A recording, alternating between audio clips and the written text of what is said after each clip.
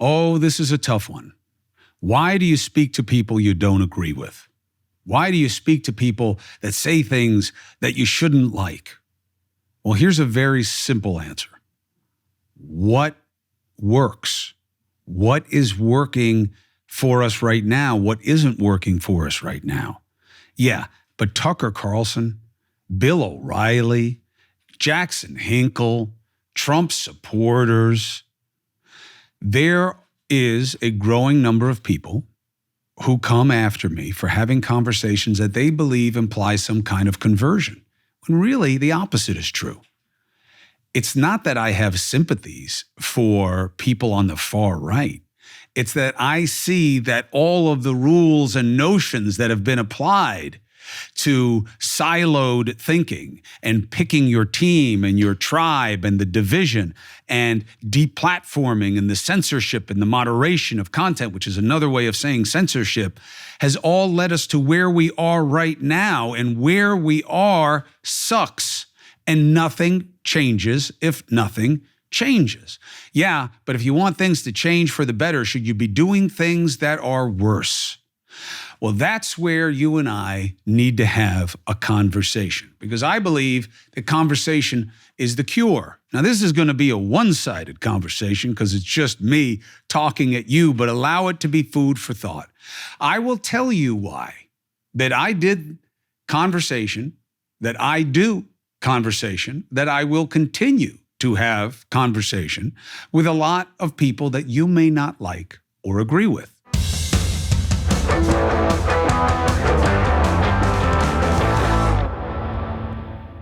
I am Chris Cuomo. Welcome to the Chris Cuomo Project. Thank you for subscribing and following, and I'll tell you why.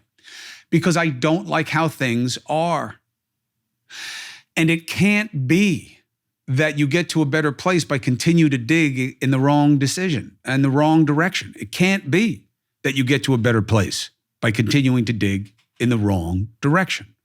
And that's what we're doing. We're digging away from one another.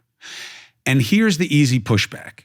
Yeah, but you are talking to people who are liars, who have bad ideas, that are filled with misleading things that just make other people susceptible to their stupidity. First of all, be careful not to become what you oppose. What does that mean? Don't become closed-minded to any idea but your own. Not everything that is said on the right is a lie, is designed to divide, is dangerous and dark. Do they have those aspects to their rhetoric? Absolutely. Do they have it more so than those on the left? Overall, yes, I agree that they do. But it doesn't really matter to me which pile of poop smells more putrid, because it's the poop that I don't like. A more gentle metaphor. I don't care which team is better than the other if I hate the game they're playing and I want it to change. And that's how I view party politics. So how do we get to a better place? I have a basic assumption, okay, which is that a lot of the division is manufactured, that we have a magnification of the fringe going on, okay, that we have a minority that is super motivated and magnified by social media and by the media at large. And it has gotten us to a place where their interests, their fringe extreme interests, have co-opted the majority's interests. We are led around by the nose by the least of us, not by the majority. And while America has always been about protecting minority interests as well or better than most nations, this has gone too far. And you now have the majority giving way to minority interests that don't suit what our country is.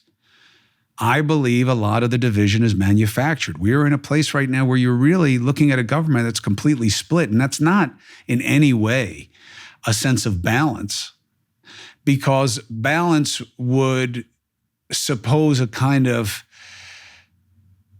a leveling of energies, a leveling of pressure, a leveling of things that creates this equivalence, this equilibrium.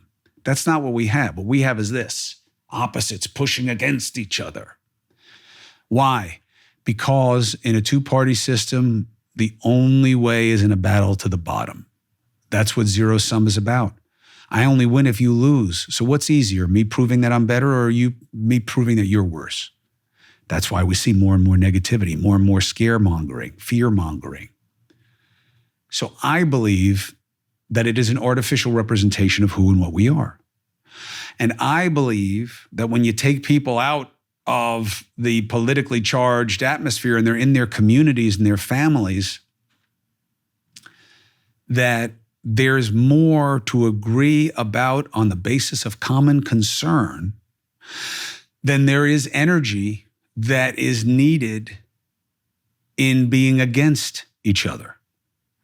We care about our kids and the options and the level of education that they have, how safe they are at school, how safe we are in our communities and what it is that makes us safe, what opportunities there are for our kids and for ourselves, how the economy is being managed by our government, how government is conducting itself, and whether or not the mechanisms of our democracy are working the way that they should.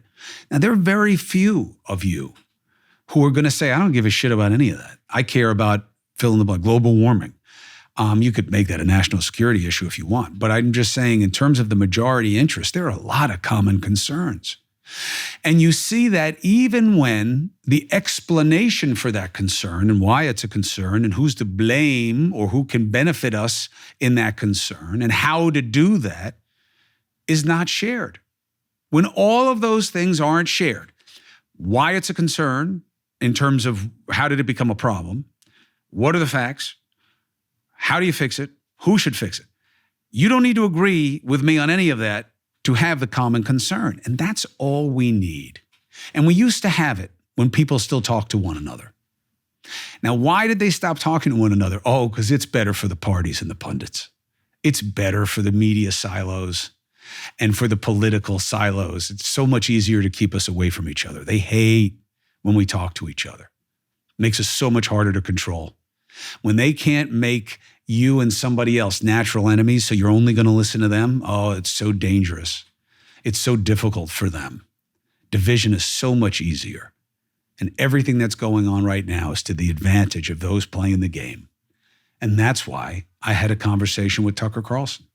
And that's why I had a conversation with Jackson Hinkle.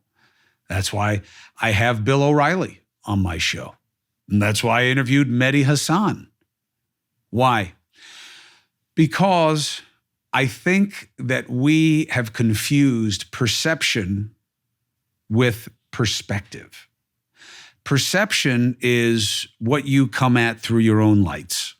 Perspective is things outside yourself that inform your own perception. We are long on the first and short on the second. And I believe in food for thought. Yeah, but Tucker Carlson, man, listen. First, let's analyze it through the lens of me. Okay.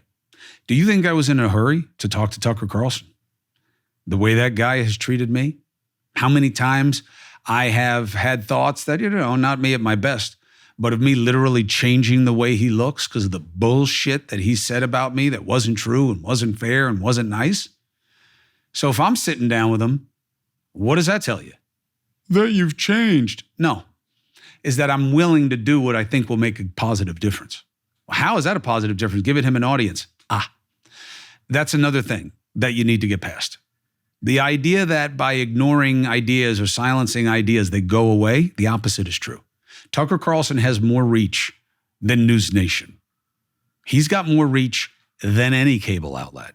Okay? Now, how much of it is real or fugazi, manipulated through Elon Musk's appetites for relevancy? I don't know. And what he does with his algorithms? I don't know. But if it's a tenth of what it seems to be, he's got some of the biggest reach in the business. So you're not going to shut him up by ignoring him. So why wouldn't you have a conversation with him? Well, I don't want to dignify him. I don't want to legitimize him. Too late. Too late. There are millions of people who agree with what he says. So if your goal is advantage, I get why you'd shut him out. You just want to beat him. But if your goal is in seeing if there's something for people who believe in him and what he's about and what he says. Is there any commonality there? Is there any shared ground, common concern? And the answer is yes. His understanding of what's happening in the Middle East is not the same as mine, but both of us think that America should be in the business of making it stop. The southern border seems to be broken. Why he thinks it is and what the motivations are, I don't agree with, but we're both right about the concern. And what that does when you have the shared concern is, all right, let's leave the other stuff to the election. We can debate it. That's fine. But let's leave it to the election. And let's shift the onus from us hating each other for having a difference onto the people who are elected to bridge that. Remember, that's what they're supposed to do. They're supposed to make deals. They're supposed to make deals. Now, opposition is a legitimate position. They get reelected by just promising you that they'll do nothing. They literally said it out loud on the immigration bill in the Senate. We're going to leave the problem because the problem works better than us working to solve it. It's good for Biden if we try to solve it. So we're going to leave it like this so Trump can run on the problem. They said it out loud. That's how much they believe that they've won you over with the division proposition. That's why I talk to Tucker Carlson, to show that it can be done and that there are common concerns and that talking to each other is better than talking about each other. And that's why I had on Jackson Hinkle. He's got a significant following. Yeah, but he's an anti-Semite. He says he isn't. Yeah, but he says things about Israel that are terrible. He doesn't believe it should exist as a state. Well, that's the same as saying that Jews shouldn't exist. No, it isn't. And he says he doesn't believe that. Oh, he's lying. Look, in my experience, people who hate others are proud to tell you about it and tell you why. Okay? I haven't met a lot of subtle anti-Semites. Now, can anti-Semitism or can bigotry or bias be sneaky, surreptitious? Yes. But this kid does not strike me as subtle. Oh yeah, but he's not relevant. He is relevant. And I think there's something, very eccentric about him and his ideas. But what benefit does it do me to just shut him out and not try to pursue why he has such a following at such a young age? See, I believe in that. I believe in more ideas, not fewer, because look at where your way has gotten us. Everything that happens in society is put through this meat grinder of advantage, and one side winning and one side losing. Christopher Wray, the head of the FBI, the director of the FBI, just said it the other day, that everybody looks at every case and every investigation through the lens of whether or not their side won or lost. This isn't working for us. So if it's not working, why wouldn't I try something different? Especially when it appeals to some of the most basic common principles of humanity, that it's better to talk to people than about them, that you're better off trying to find out what each other is about and what common cause there can be than just demonizing the other. That's why I do it, because I think it could help us get to a better place, because that's my goal. I don't want to just cash in on the division by picking a side and running with it. That'd be a hell of a lot easier, but not on my sense of purpose, not on why I think it's worth dealing with all this bullshit in the first place. So that's why I do it. Support for the Chris Cuomo Project comes from Zbiotics. You want to wake up feeling fresh, right? Even after a night of doing all the no-nos, that's where Zbiotics comes in. A pre-alcoholic probiotic drink, genetically engineered, all right? Invented by PhD scientists to tackle those rough mornings after partying, drinking, you know the game. Here's how it works. What does alcohol do when you're drinking? It gets converted into a toxic byproduct in the gut. The byproduct, not just dehydration, is what's to blame for the rough next day. Zbiotics produces an enzyme to break the byproduct down. Just remember to make Zbiotics your first drink of the night to set yourself up for success the morning after. I know it from when I was drinking, and I know it from people who are still drinking. It is better to prepare than to take it on after the fact the next day. Go to zbiotics.com/Chris and you'll get 15% off your first order. You use Chris at the checkout.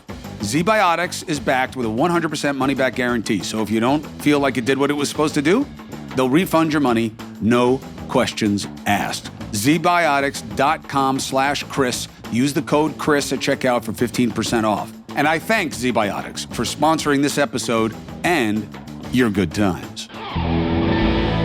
Support for the Chris Cuomo Project comes from Delete Me. Boy, am I the right person to pitch this product.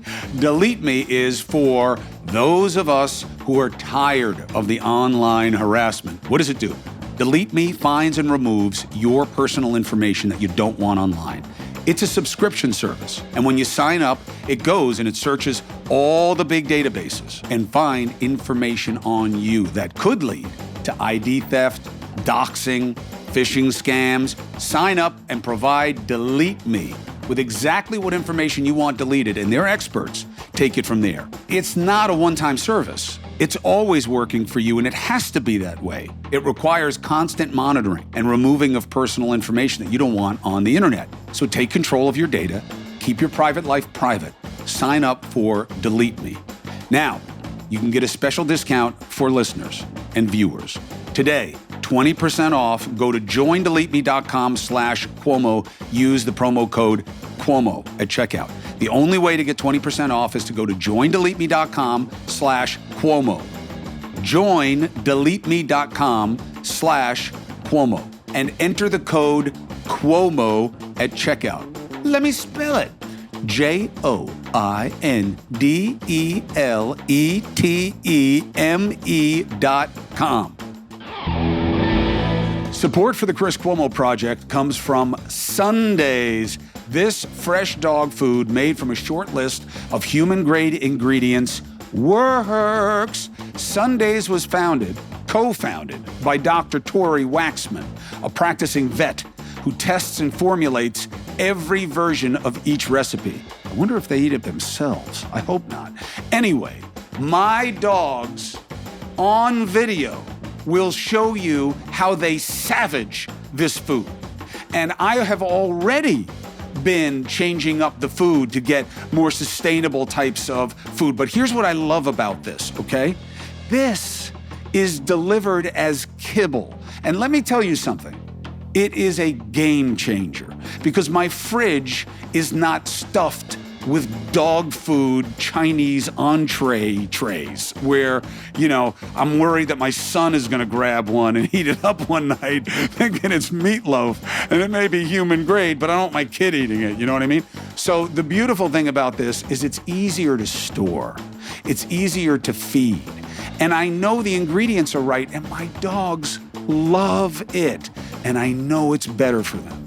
So, you want to get 40% off your first order of Sundays? Go to sundaysfordogs.com/Chris or use the code Chris at checkout. Now, there have been very strong reactions to my doing it, and I will address them as well. And for that, I will enlist Brother Ott, who has been very happily, of course, monitoring all of the madness. He is, what do they call the guy?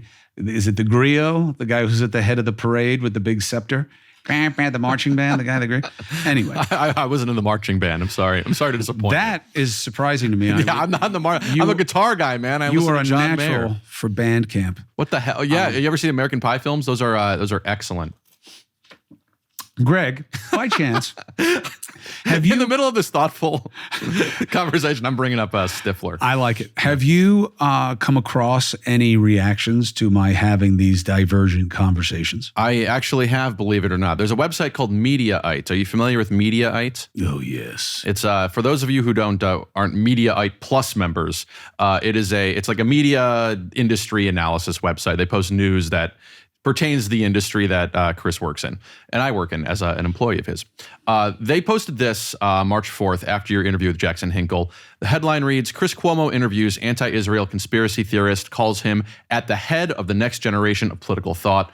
with a thumbnail or a screenshot of you two smiling happily. They characterize your interview in many different ways, but they go on to say, notably, Cuomo did not mention Hinkle's spread of disinformation about the war or conspiracy mongering about Jews. Since the outbreak of the war, Hinkle has ceaselessly spread blatant falsehoods about Israel, using footage from the Syrian civil war to suggest that it bombed a Gazan hospital, and falsely citing Haaretz in an effort to downplay the atrocities committed by Hamas on October 7th. Yes. I'll continue by pointing out that somebody else tweeted this is embedded in the article. Somebody tweeted a clip from you in your interview saying, Chris Cuomo, Jackson Hinkle, it's nice to talk to somebody at the head of the next generation of political thought in the country.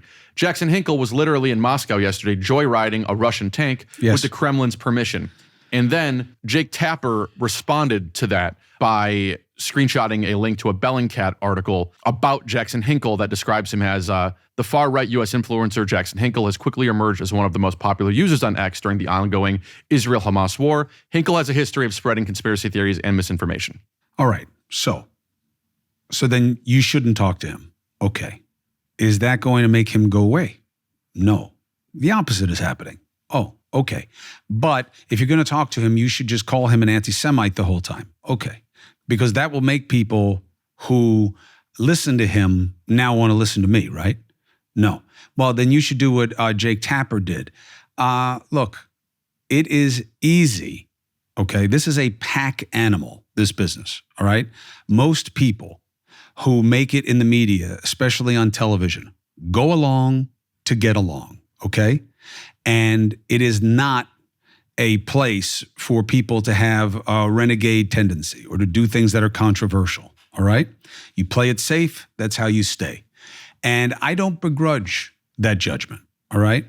But anyone who wants to give a take on what I'm doing, well, they could also be looked at, all right? Whether it's Jake Tapper, whether it's the writer of that article for Mediaite, people carry a lot of water for different agendas. Do I agree with what Jackson Hinkle says about the Middle East? Well, certainly when he gets things wrong, right? Like using video and other things, he has explanations for them. People, for good, bad, and no reason, often repeat information that they find online that is erroneous. And he says that when he makes a mistake like that, he tries to do something about it. He is a communist. So he does not see communism in Russia as a bad thing. So that is his choice. How he is MAGA and a communist, I don't understand, because MAGA people don't like communism, or at least they're not supposed to.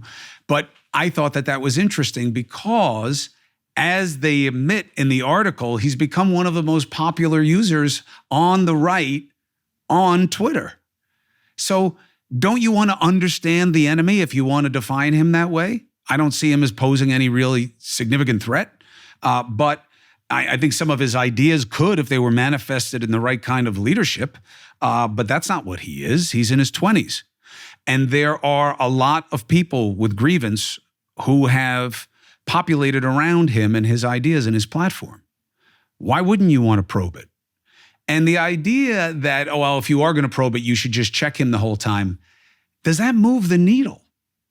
I mean, look, you could say what you want about me and the nature of my work. I'm not known for soft interviews, okay? It's not like I'm not known for knowing how to interrogate or how to get into an argument or how to debate, certainly more so than Jake Tapper or a lot of these other people who are criticizing me talking to him. And by the way, I think that the level of work with Tapper is very high. I think he deserves his accolades. But I don't feel that it's like he does something as an interviewing animal that I don't.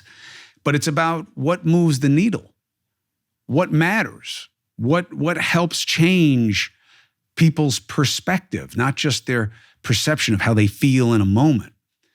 I think we have to try different things. Now, will everything land? Will everything be satisfying? No, but what's the alternative? To keep doing things the same way and adding to the division just to make a buck, just to have a show, just to have a platform, and not even one that puts you in the middle of the arena like in prime time? I'd rather try different things in the effort of trying to make it better. And if you don't like it, okay, maybe that one missed the mark for you. But I still think it's worth the effort. Well, in this maybe we won't use this, but like in this same article, there's a bunch of comments from people who have read this. And somebody called Gotham says, there will always be cockroaches like Hinkle, but to give him airtime only reinforces how desperate Chris Cuomo is for ratings, any ratings. But it didn't rate. That's true. Yeah, the numbers weren't it didn't rate. great on A lot that, of this stuff is not that popular. It's for people who want to look deeper. And look, I have lots of problems with our current dynamic, even though I'll see justifications for the things that I don't like. For instance, I don't like that the commenter gets to hide behind the pseudonym or avatar Gotham. Their avatar is actually of Tank Man, the photo of Tank Man. Whatever. Well, the point is, they're not Batman. They're not owning it with their real name. Now, people will say that's because if I use my real name, I'm going to be fired for my ideas. And I don't like that either. So I accept that that's why we allow anonymity. I'm mixed on it, though, because I believe that while it is a device of self-protection, sometimes what you're protecting yourself from are really ugly ideas that you would never dare evidence in other places where you fear accountability. And is that a good standard to reinforce, to encourage you to be your worst? Now, that said, I don't think that this is a particularly bad in any way comment. It's true. You're giving him attention, but you're assuming he's not getting more attention than I could give him already. And he is. You choose to ignore it. I say that what you ignore, you have empowered. And one of the reasons that we are as divided and as beset by fringe thinking as we are right now is because of people like you who have bought into division being better. And I disagree. So along those lines, we're going to switch to Tucker Carlson now, and I want to talk about something that happened when we released this video. I got a text from you or an email like 8 in the morning right after this comes out, because we had characterized this in the title for SEO optimization, as we usually do, to drive attention to our YouTube channel. We try very hard. Something along the lines of like Chris Cuomo and Tucker Carlson head-to-head or one-on-one, and you were not happy with how that was portrayed because you wanted to be very clear, like you did on News Nation. This is a conversation, and again, we weren't trying to paint this as this yelling match. It was more like, oh, yeah, you kind of were. No, you kind of were, but that's the hype that would be normal. But we were just trying to, it's the two of you speaking directly about hard topics. So that's kind of what we were leaning into, but I understand why you wanted to change that. Can you first speak to like why that's important to you to like make sure that was framed on your own show?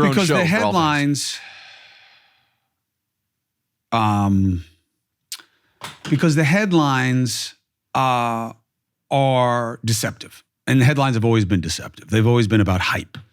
And that was what bothered me about the Mediaite piece and a lot of pieces, was that the headline rarely matches the body of the piece because most of you don't read the whole piece, right? That's why the defense to a proposition in a piece usually comes like 5 to 7 graphs down into it. Why? Because you're likely not reading it. Now, that's ascribing a cynical motive to people doing the writing, which is sometimes true, sometimes isn't. But it's the headline. And this was not a head-to-head where I'm beating him down. That's not what it was by design. It was a conversation by design, because while it would be easy and there'd be something sporting about me slicing him like cheese on every proposition that he comes is based on a false premise or a bad fact, I think that there was more value in showing people you don't have to hate who you disagree with. Well, isn't that saying that you're making people like Tucker Carlson? Look, that's your choice about anything and anyone that you're exposed to in the media. I don't think it's helpful to our democracy to have you convinced that people you don't agree with are bad. And I think that there's a lot of energy pushing you in that direction. And I am trying to offset that energy. Not because I want you to agree with what you hate, but that hate is really strong. And demonizing people as bad because they have bad ideas is very powerful and very dangerous. And I don't think it's helping us. It's helping some of us. It's helping some of us who play into the division and profit from it.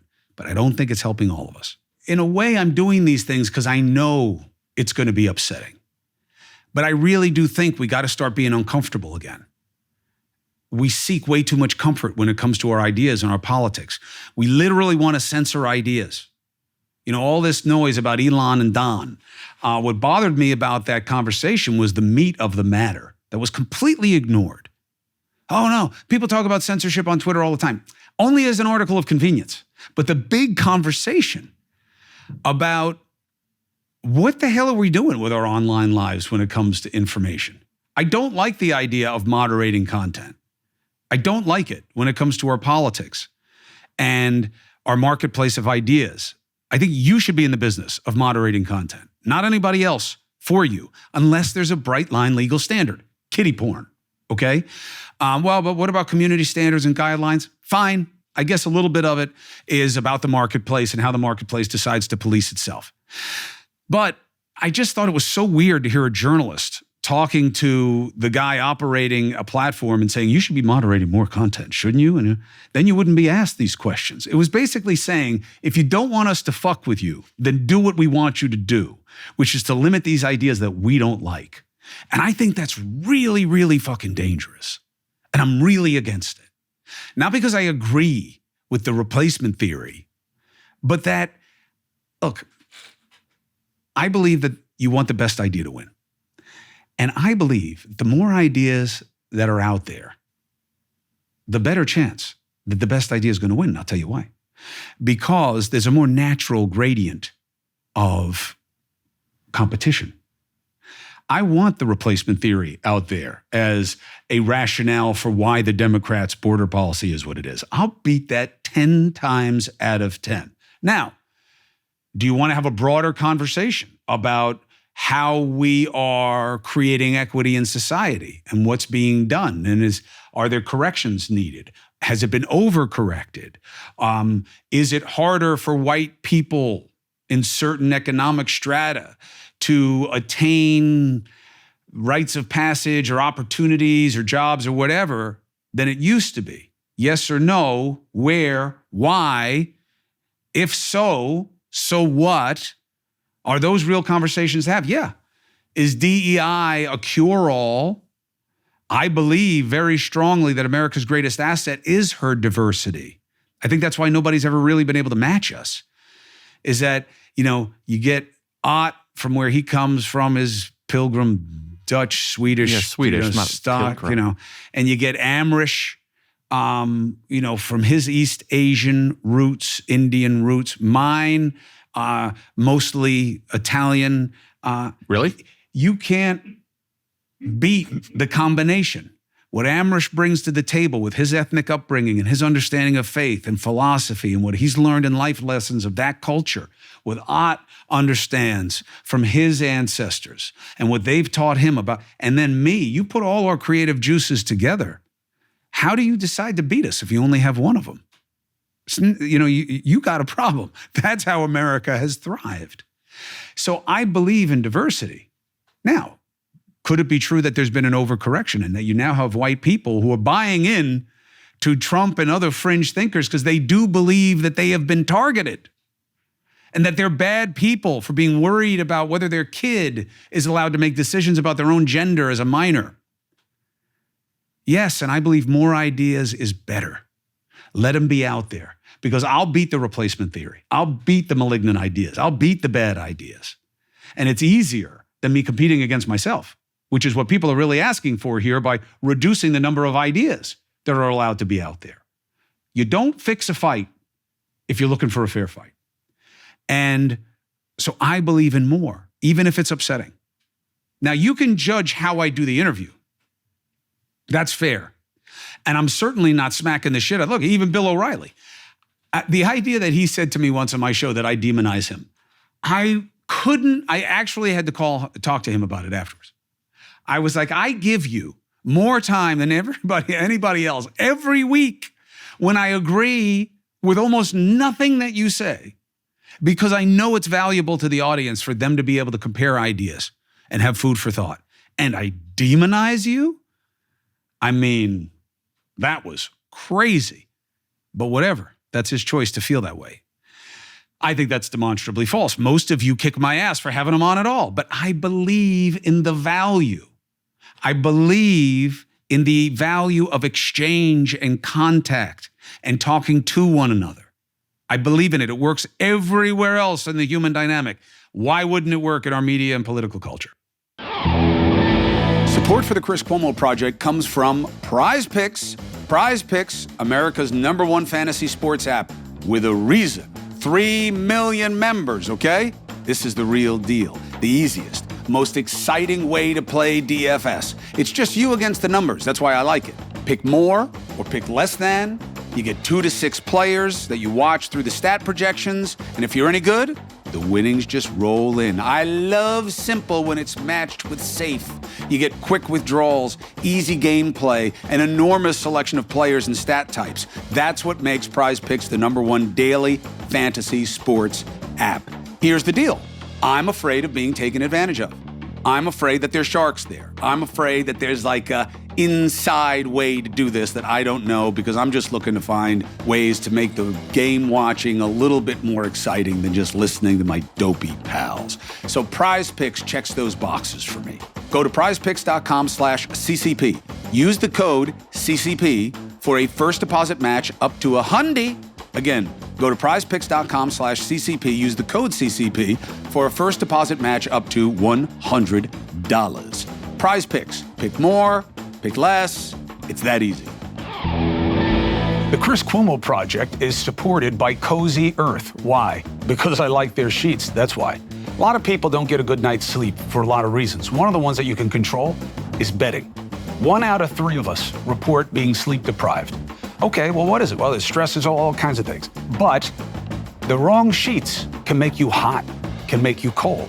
I'm telling you, I didn't believe it either. But Cozy Earth sheets breathe. And here's what I love about them.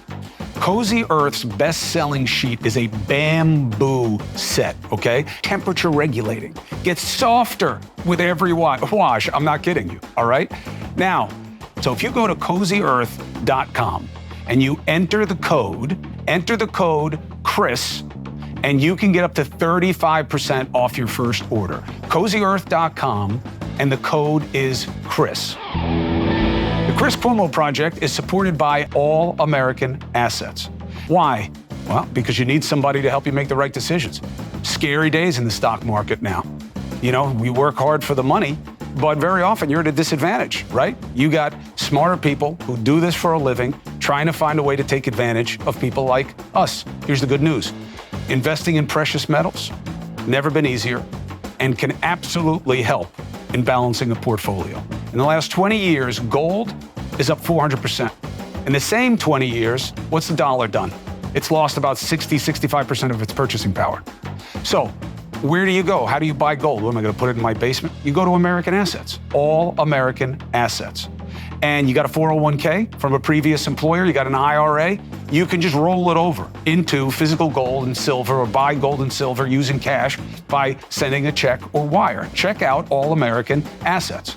They offer a wide selection of different commodities, gold and silver, all delivered right to your door in secure, discreet, fully insured packaging. Now is the opportune moment to start investing in precious metals, safeguarding your savings against these volatile markets. I do it. Don't miss out. Visit allamericanAssets.com today to explore the diverse range of precious metals, including rounds, coins, bars, and you can sign up for a free one on one gold IRA consultation. Okay? It's time to turn your paper savings literally into gold.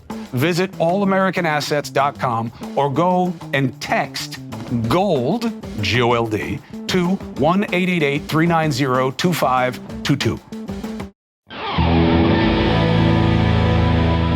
Getting back to what you were saying about the Don Lemon interview with content moderation, and what I was saying a minute ago about the way we were like titling the YouTube video from before, I wonder if you can speak to the idea of like freedom of speech versus freedom of reach, because I do think that with what you're saying about you want more ideas out there, the marketplace of ideas, you'll beat a bad idea, 9 times out of 10. With regard to the way a lot of tech companies do this, like with YouTube, for example, it's like, oh, you can ignore this video. You can say you don't want to get these recommendations anymore. Okay, cool. Chris Cuomo's on mute indefinitely. But what if please don't do that for my sake and his, more so his.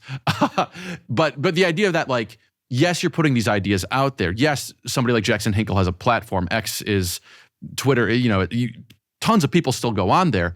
But the way a lot of these algorithms work when they're looked into is like they're just going to be surfacing content that people might not know they want to hear. Or, on YouTube, it's like you go down these rabbit holes that radicalize people from one extreme or from, maybe 1 degree from the center all the way to one. Do they radicalize people, or do people radicalize themselves by making choices to expose themselves to certain information? And it is the answer to that, because the answer is yes, it's choice.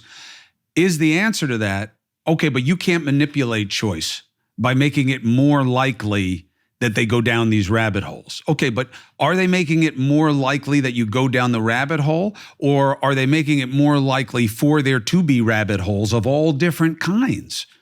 I do this with fishing, okay? I go really deep with fishing and knots and different bait presentations and all these things. Should the platform treat that rabbit hole different than ideas about extreme Islamism? I say no. They can, not a government entity. Another side thought. Why do we have a different rule for the government entity than for a private entity? Well, you let the market decide. But think about it. One more step. It's important enough that we don't let the government create rules to limit speech. It's right in the First Amendment. Not that they thought about it first, but it is placed first, okay? That's how important it is.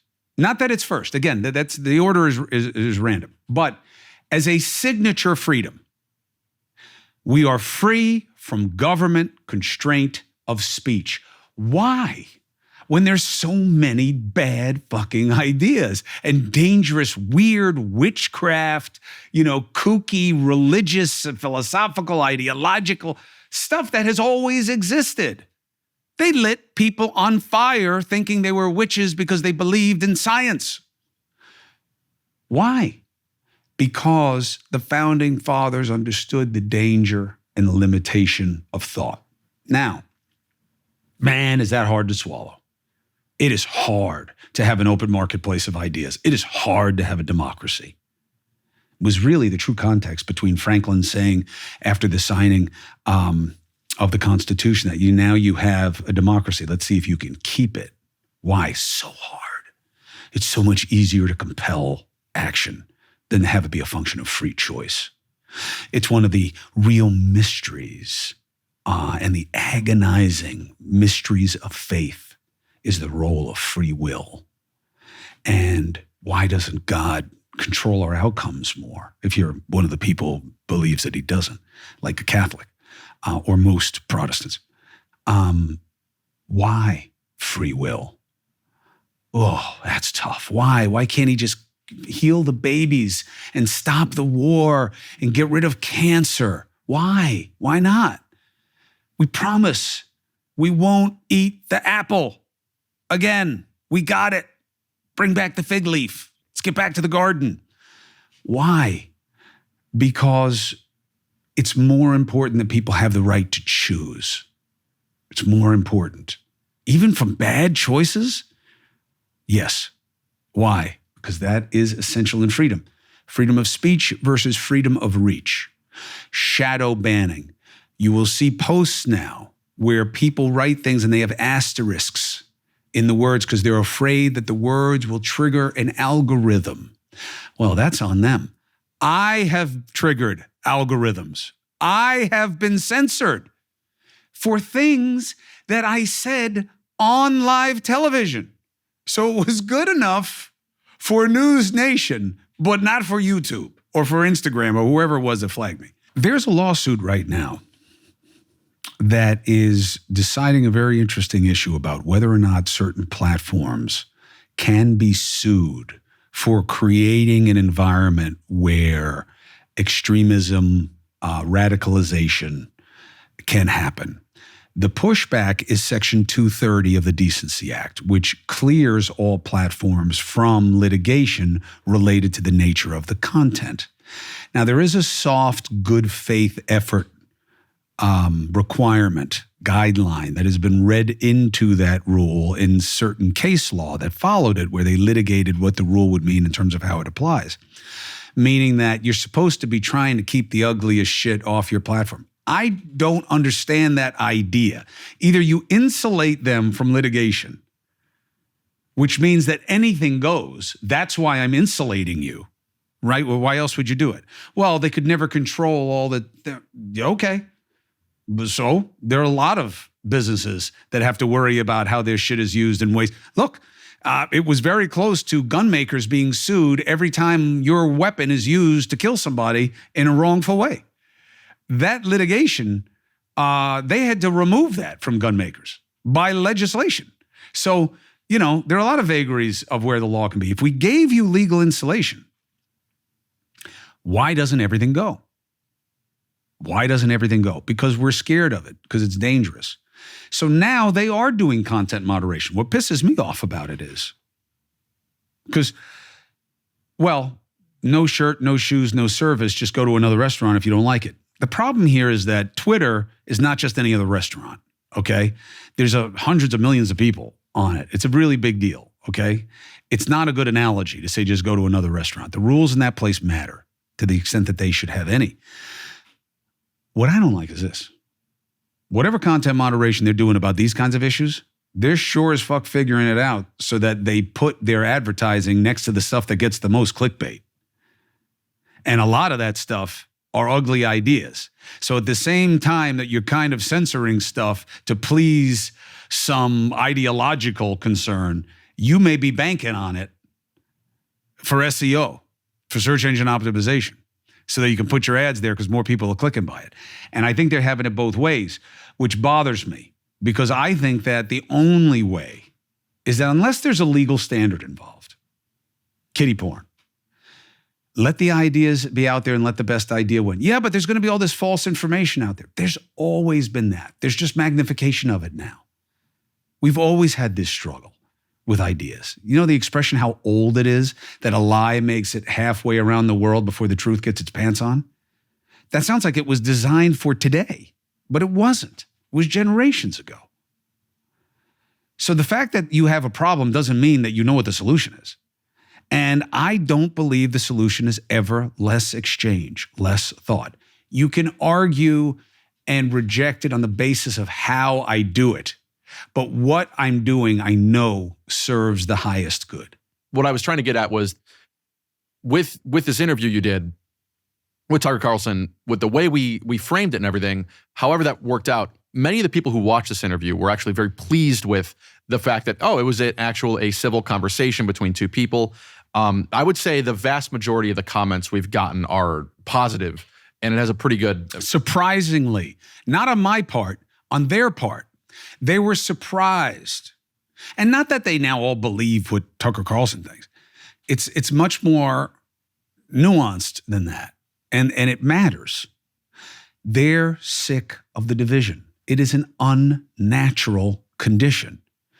Americans don't want to be siloed and fearful and hating the other. This place was created in opposition to those phobias.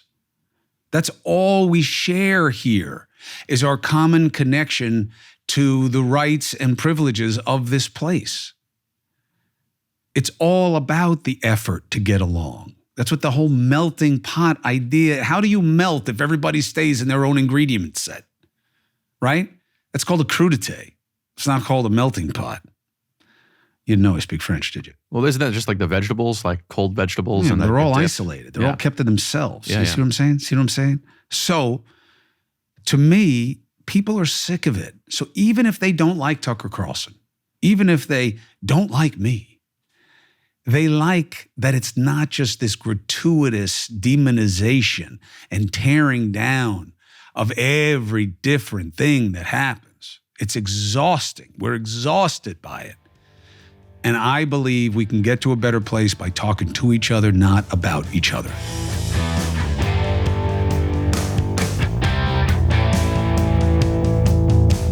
I hope this helps you understand why I'm doing it. Look, I know it serves the highest good. How I do it and who I do it with, you may object to, and I'm okay with that. Okay?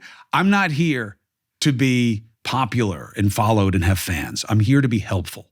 And hopefully what we're doing is. Thank you for subscribing and following to the Chris Cuomo Project. Thank you for checking out News Nation, 8p, 11p, every weekday night. Thank you very much for checking out the Substack to get the Chris Cuomo Project ad-free and to be part of the long COVID community that we're building there. And you get to watch my own journey to deal with what I believe are long COVID symptoms. All right? The problems are obvious. Effort, together, we get to a better place. Let's get after it.